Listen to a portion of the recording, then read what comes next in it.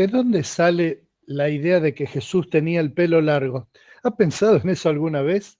No, no es una pavada, no es una tontería. Porque así como salen ideas del largo del pelo de Jesús, salen ideas de un montón de cosas que no están en la Biblia. Por ejemplo, el tema del largo del pelo de Jesús.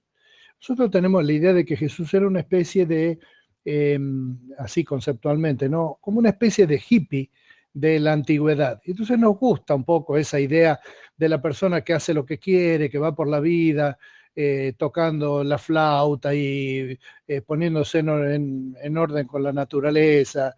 La idea del hippismo, que es una idea que siempre va y vuelve, va y vuelve, va y vuelve.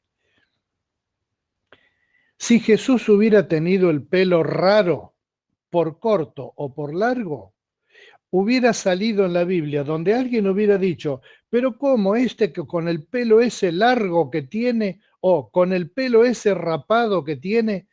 Y no hay ni un comentario. ¿Saben por qué? Porque el pelo de Jesús era un pelo común y no era un pelo largo, cuidado, lavado con champú y con un enjuague arriba para que mantenga su brillo y volumen.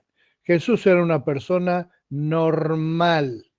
Era tan normal que para los romanos los judíos eran todos iguales, como nosotros a veces decimos, ¿no? De algunas colectividades orientales. Son todos iguales. ¿Cómo sabes la diferencia? Bueno, fíjate, y vas a ver que hay una diferencia, por ejemplo, entre japonés y coreano, chino y japonés, y así, ¿no? Es lo mismo que ellos sobre nosotros los que somos como yo. Sí, caemos en una generalidad. ¿Y de dónde sale lo del pelo largo de Jesús? Sale de cosas que la gente a veces cree y las cree a pie juntillas, que en realidad nunca se preguntó, ¿de dónde saco yo esto? Hoy les voy a leer un pedacito de un escrito que me mandó el pastor Rogelio Klempnov-Lehen, un pastor de Santa Fe, ya jubilado como yo, que me sorprendió con esta observación. Los que lo conocen saben que él es un hombre que tiene poco pelo. Y entonces yo por eso, en base a ese hecho, y con el tema de que estoy con el del pelo largo y del pelo de Jesús, el largo del pelo de Jesús, del que sí se dice que era Juan el Bautista, ese sí vivía más así en esa forma. Pero Jesús no, era más de ciudad. Rogelio, los que lo conocen, como es medio peladito, saben que tengo razón yo al decir que Rogelio es una de las mentes más despejadas que hay en Santa Fe. Dice así: soy pastor, ya no tengo una iglesia a cargo, pero sigo siendo pastor. Por eso me permito llamar la atención de algo en lo que los pastores debemos tener cuidado para que no nos lleve a cometer errores. Todos sabemos que la palabra del Señor, la Biblia, es infalible y no nos está permitido cambiar nada de ella. Sabemos también que en las impresiones actuales, desde hace siglos en realidad, aparecen así como las divisiones en capítulos y versículos en los distintos libros que la componen con la intención de encontrar más rápidamente un pasaje que estamos buscando. Lo mismo ocurre con los títulos que se han colocado con el mismo propósito. Está muy bien, son de mucha ayuda, pero debemos tener cuidado porque esos títulos no son parte del mensaje inspirado por Dios y por lo tanto son falibles. Quiero dar un ejemplo. Apocalipsis, capítulos 2 y 3. Los títulos que aparecen en las traducciones que conozco dicen a la iglesia de Éfeso, a la iglesia de, y así continúa, completando los nombres de las 7 ciudades o regiones a las que se refiere. El cuidado que debemos tener es con el error que se encuentra en estos títulos. La palabra del Señor no dice escribe a la iglesia de Éfeso, etcétera, sino que dice escribe al ángel de la iglesia de Éfeso. O sea, lo que se escribió no es para la iglesia, sino para el pastor, anciano, líder o como le quieran llamar, ángel, mensajero de esa iglesia. Por eso muchas veces se confunde. Y para dar un ejemplo, una iglesia tiene una crisis, lo primero que hay que pensar no es en la crisis de esa iglesia, sino en la crisis del pastor de esa iglesia, porque ese es el propósito de este párrafo del Apocalipsis: hago mea culpa de esto. Muy bien, Rogelio. Y no creas que me voy a poner al lado tuyo para hacerme cargo yo también de un mea culpa. Hacete cargo vos, querido. Te felicito, muy ingeniosa tu observación. ¿De dónde salen algunas de las cosas que creemos que pensamos que son cosas que están en la Biblia, cuando en realidad no están en la Biblia? Y es interesante esto, ¿no? Porque vos, ¿qué harías?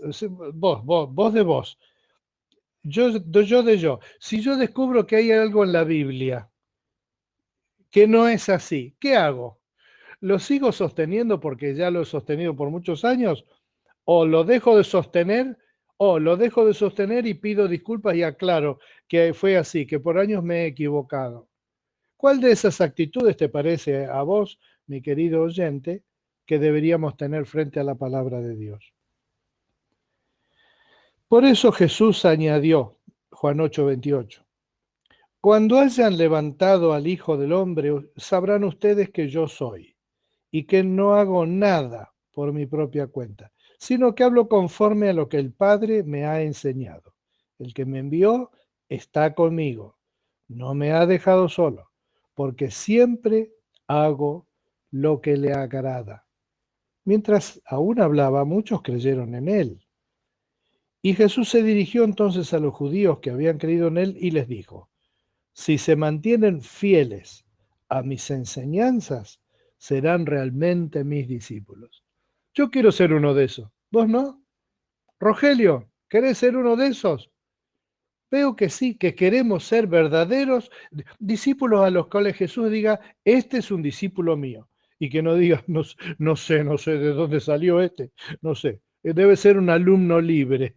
Pero yo, discípulo mío, no lo reconozco como discípulo mío. Él cree cada cosa y ese es el mal de esta época. El mal de esta época es que hemos reemplazado lo que es la verdad por un montón de teorizaciones en todos los órdenes. Si fuera esto una cosa que es propia del ambiente evangélico o católico, o lo que fuera, entonces diríamos, es un fenómeno localizado a tal sector, a tal estamento del mundo contemporáneo. Pero si te fijas, es el mundo contemporáneo. Vos tenés un científico, dice, este virus que se llama COVID-19, de acuerdo a los protocolos, y hay un presidente de un país que dice, no, es solamente una gripecita. ¿Quién de los dos tiene razón? Porque hay gente que va a pensar, este declara eso, no importa si es verdad o no es verdad, es porque es valiente y yo aprecio esa declaración valiente, es una declaración de fe y hay que apoyar y hay que tener fe. Y hay muchos creyentes que hacen eso. Yo he presenciado actos así, donde alguien le dice a un enfermo, sos sano en el nombre de Jesús, y encima lo pone a Jesús en el medio y la persona no se sanó. Pero entonces, ¿por qué decís que Jesús dice? Decí, a mí me parece que Jesús te va a sanar, es honesto. Yo quiero de todo corazón que vos te sanes, eso es honesto. Y es lo que hago yo. Porque entonces no lo pones a Jesús en el riesgo de que tu percepción esté equivocada. Te sometes a Él y sigue siendo Dios, Dios. Y no yo cuando digo, en el nombre de Jesús declaro tal cosa. Declará lo que está seguro.